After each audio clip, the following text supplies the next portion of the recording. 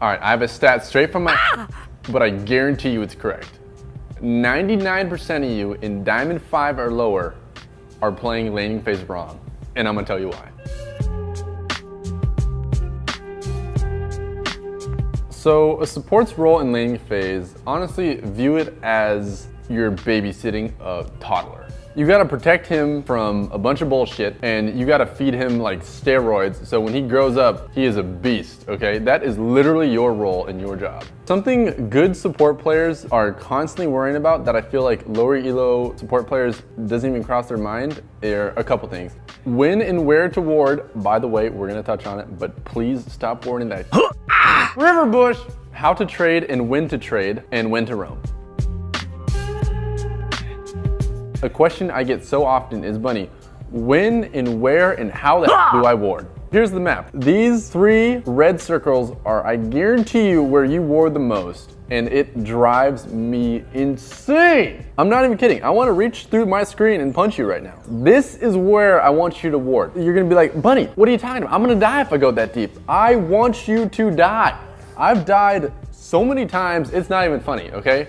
But every time I've died, I figure out another path, another route, another way of getting to that position and warding. Support has no impact on the game. My laners feed and I just can't carry it over to mid game. I guarantee you it is because you are warding those red spots. Okay, here's a little picture of Jarvan, right? Okay, he just walked over wolves. Which ward saw him? The green one or the red one? Yes, the green one, okay? So that ward is not only for your lane, it's for your top laner that's supposedly 0-10 every single game. But hey, look, you just warded for him so he can play aggressive and he can get a kill and he can snowball his advantage. Take this Jarvan for example, right? Have him walk towards wolves. All right, now he's at Grump. Now he's ganking mid laner. Those red wards did not see him. But take the green wards for example, they saw him on wolves. They saw him on Grump. And your mid laner probably wouldn't be dead right now. Honestly, I don't want you going 0-0 and 10 every game. I want you to die and figure out why you died and how you could still get the same advantages you got from dying with dying less. I got some good news and bad news. The bad news is when you ward those wolves and your top laner on the enemy top laner because you have vision of their jungler, you're gonna get no recognition. I'm sorry. That's just how support works, okay? That's the struggle we gotta live with. But the good news is you're getting LP, baby. That's what I'm talking about. So about roaming comes up in their mind and they think it's the most intricate thing in the world and they failed at one game and their AD carry flamed the shit out of them. So they're like, you know what, I'm just not gonna roam. That is the biggest mistake you can make to yourself, okay? You're gonna get flamed because your AD carry, he's in low elo because he's not letting you roam. That's just the honest truth. Literally, when I'm playing low elo, my AD carry is like, bro, what are you doing? Like, I need you. I'm not saying don't ever go bot lane and you're free to camp top for 10 minutes. But like I said, I get this question asked a whole bunch and I give people 2 rules on when it is best to roam. Them being, you can leave the lane and your AD carry can still get EXP, preferably CS, and he won't die. It gets a little tricky here because your AD carry is probably always gonna walk up to that CS and die. So either you give him about 10 back pings or say, hey, try to play safe, I'm gonna go look mid real quick. And then hopefully he doesn't die then. You gotta make sure that roam mid is worth it. And more often than not, I personally think it is. Throw up these pros and cons on the screen real quick. Get a flash mid lane and a kill mid lane. Check out that gold. Vision control, boom, pull up a map. You just warded these spots. Your mid laner loves you. Your jungler loves you because he can farm a camp now instead of getting mid. Another pro is their mid laner is tilted. All right, so time to take a look at the cons.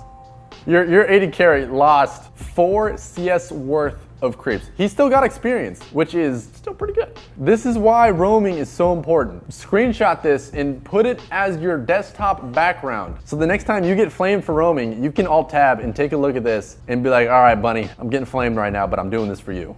That was only rule 1. It was a really simple rule, so let's go back.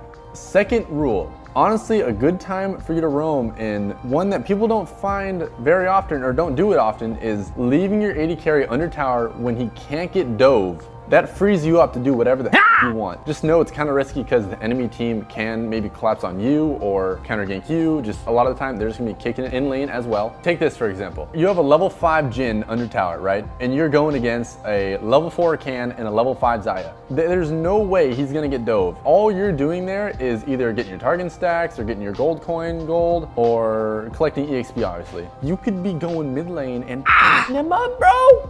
Dude, that's a free alleyway to go team up with your jungler, gank for your mid laner, gank with your jungler and yourself. So keep these 2 goals. If you have dual monitors, make this the other desktop background. The 2 rules for roaming as support. So when it comes to trading in lane, your main purpose is to be the most annoying player you can possibly be towards that AD carry. When he wants to go for that CS, chuck an auto that's gonna do 40 damage on him. Trust me, they add up, okay? They add up. Something I used to do when I felt like I personally wasn't that good at this, I would watch replays of the enemy AD carry's position and figure out when I could have been more aggressive, or when I could have snuck in another auto, or when I could have pissed him off just a little bit more. So when it comes to trading, your whole goal is to be as annoying as possible, game to game. Like, you're gonna lose trades, you're gonna win trades. You're gonna have a lot of them. Just practice them every single game, and remember, become annoying. All right, so to quickly recap the whole entire thing, pull up a list of the 3 things I want you guys to take away with.